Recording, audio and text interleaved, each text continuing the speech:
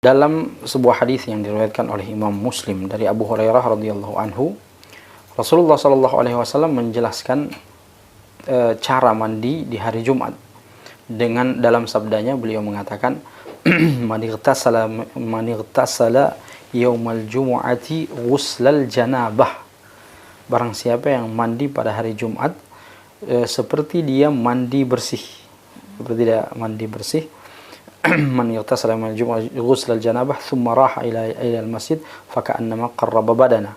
Lalu dia berangkat ke masjid seakan-akan bercepat-cepat ke masjid maksudnya, maka seakan-akan dia telah berkurban dengan seekor unta.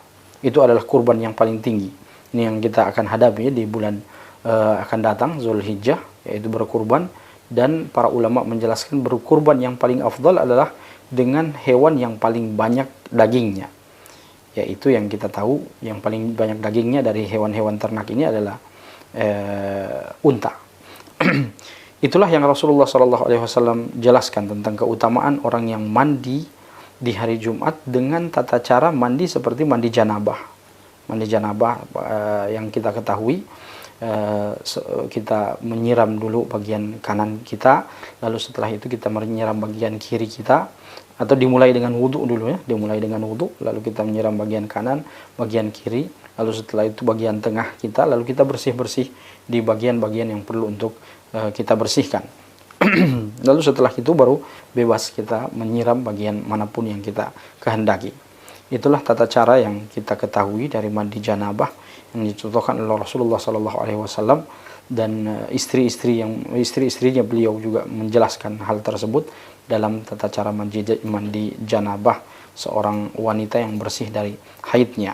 Intinya, jika kita ingin mandi di hari Jumat, maka kita pakai saja contoh mandi janabah, insya Allah itu akan menjadikan kita seperti orang yang telah menyembelih berkurban satu ekor unta.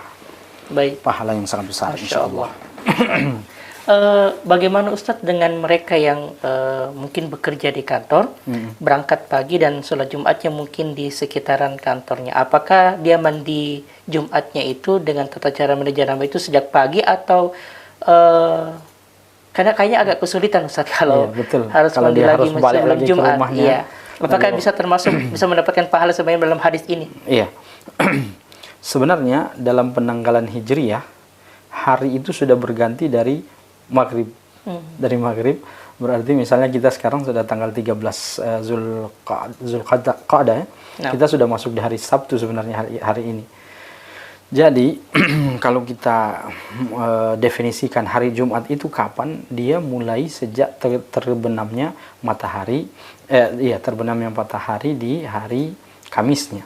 Itu sudah mulai terhitung hari Jumatnya. Maka pagi harinya boleh saja kita mandi janabah tersebut sebelum berangkat ke kantor dengan niat yaitu mandi yang dianjurkan Nabi SAW, yaitu mandi Jumat itu ya, atau man ightasala yaumal jumu'ah ghuslal jumu'ah. Dengan niat itu agar supaya kita mendapatkan keutamaan mandi di hari Jumat, lalu kita berangkat ke kantor tempat kerja kita.